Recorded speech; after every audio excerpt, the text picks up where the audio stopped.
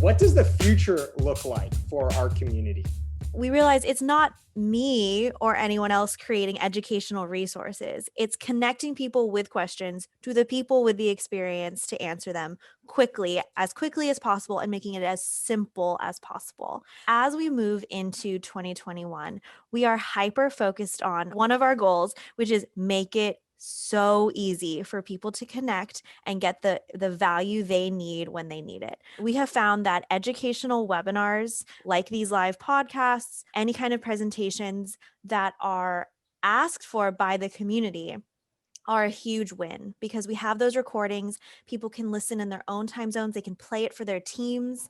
We provide the slides completely free. So what we're going to be doubling down on is asking all the time, what do you all want to hear about? And finding the people to present those. So events are going to be even better in 2021 as much as we can. We're looking into technologies we can invest in. We're looking into reaching out to more people in different industries that we haven't connected with to make sure that they are part of this and really providing value. I think that there has been so many people who've created bonds and friendships, genuine bonds and friendships over this Slack community. That's because we ask questions like, it's Friday evening, can we see a picture of your dogs? And we'll get 15 responses of, maintenance puppies. And we want to, in 2021, try and provide opportunities for people to meet in person and have more of a human connection. Two more things. One, we're going to try and make sure that we bring in lots more maintenance reliability specific recruiters into our space so that those who may be dealing with COVID related or any related job loss can start having a resource in one place to access different opportunities, vet them, and know that, this is a real opportunity. There are 6 people in this Slack group that work at that company and vouch it's a great place.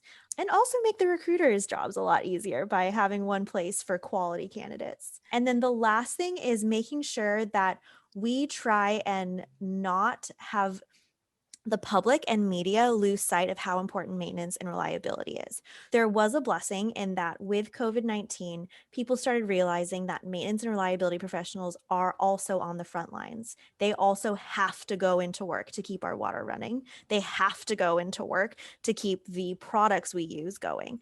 It's our responsibility as the community team here at the maintenance community to make sure that that continues and that we always are sharing stories of success from our members, and we're sharing lots of different ways that they're impacting the community. So those are our focuses.